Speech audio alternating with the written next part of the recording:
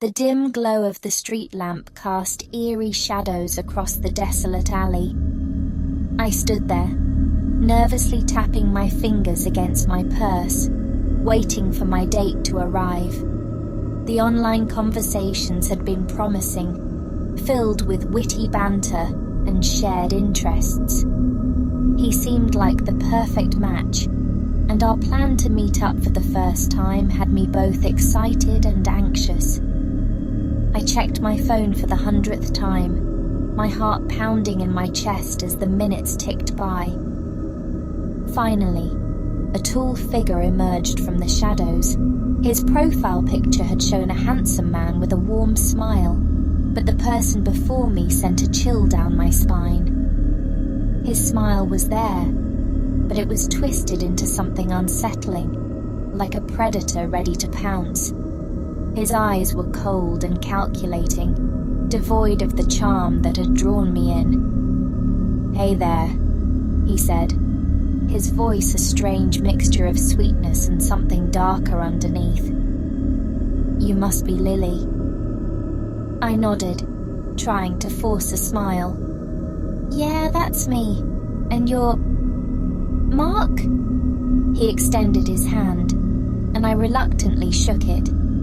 His grip was uncomfortably tight, making me feel trapped in his grasp. "That's right. So shall we go inside?"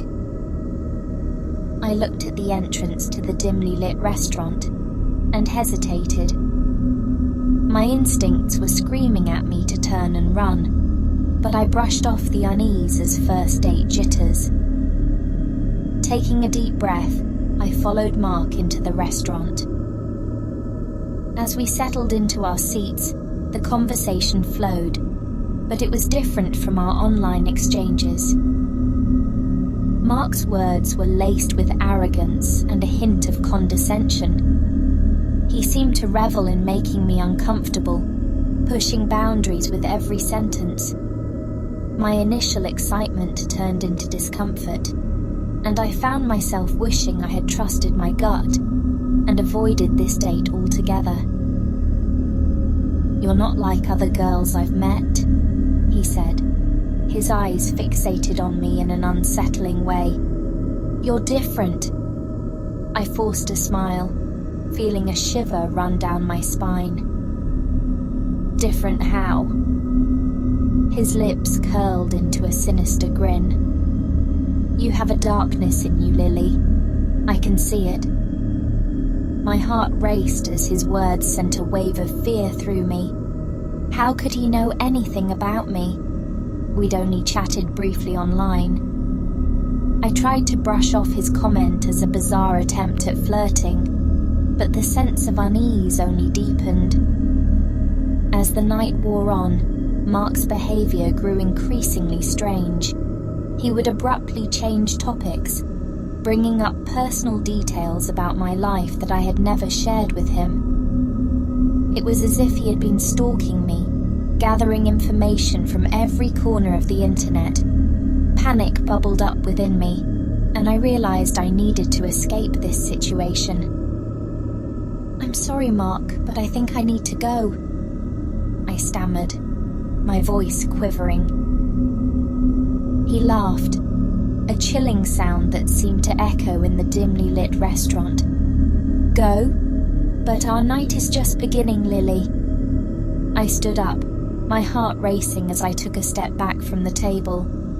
"No, I really have to leave. This isn't what I expected." Mark's smile faded, replaced by a cold, intense look.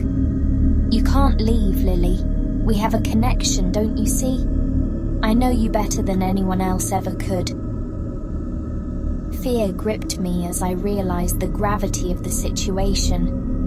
I needed to get away from him, but his words echoed in my mind, sending waves of terror through me. I stumbled backward, knocking over a chair in my haste. The other patrons turned to look, but Mark's gaze never left me. I turned and fled the restaurant, my heart pounding in my chest as I ran through the streets.